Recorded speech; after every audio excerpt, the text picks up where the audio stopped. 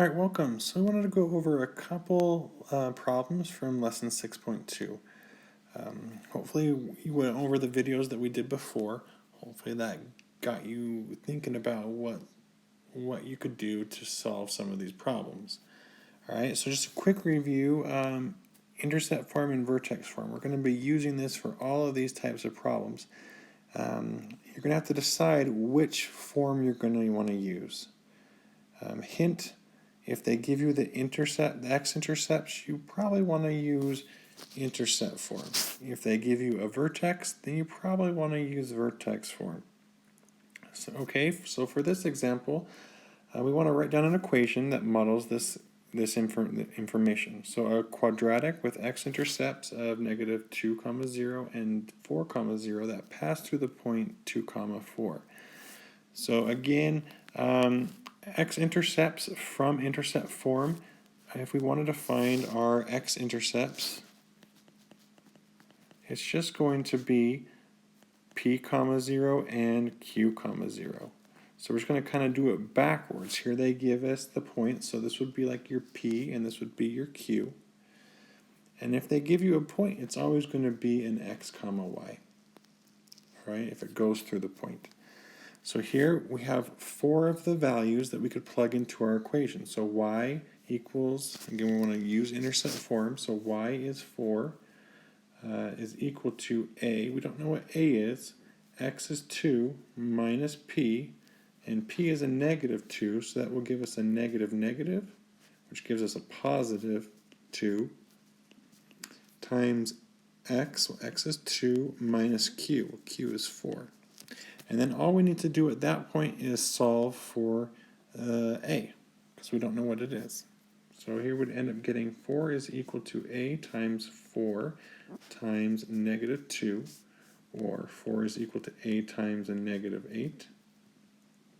And then we'll divide both sides by a -8. We get a is equal to -4/8 or -1/2 if you simplify that.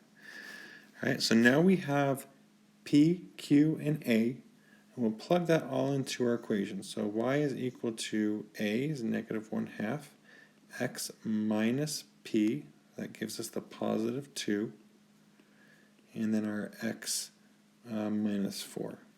And that would be your answer. So again, the steps on how we want to do this is, 1, figure out what form we're going to use. If you give your x-intercepts, you're going to use intercept form. If they give us the vertex, we'll use vertex form. Label those values and then plug them into your equation and solve for a. Once you have a, then you plug it back into your form so that you still have your y and x.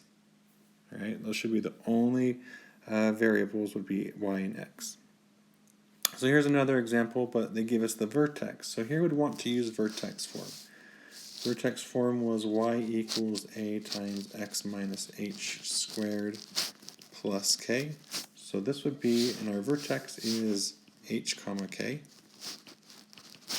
So here our vertex here, h would be -4, k would be -8, and we have our point. It passes through the point x, y. So we'll plug all that information in.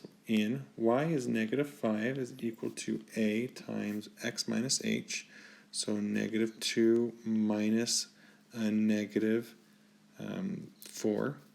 That will give us a positive squared plus k. Well, k is a -8. So then we just want to simplify and solve for a. So -5 is equal to a times 2 squared minus 8, or -5 is equal to a times 4 minus 8. Okay, and here's one thing that I noticed that some students do, is they try and combine these terms. And they're not like terms, because here we have a times 4. Oftentimes we'll write that as 4a when we write down our equations. Just so happens that the way we have it is kind of backwards. So if you want to switch that around, here we have 4a and we have a -8. We can't combine those terms. Okay, so here we just want to maybe add 8 to both sides, followed follow PEMDAS, so you need to do the opposite of PEMDAS. We want to do adding and subtracting first. That gives us 3 is equal to 4/3, and then we want to do multiplication division. Here we'll divide both sides by 4, and we'll end up getting A is equal to 3/4. Okay, and then we'll plug it all into our equation. So y is equal to 3/4 x plus 4 squared minus 8. All right, well, if you have any questions, let me know. I'd love to help you out.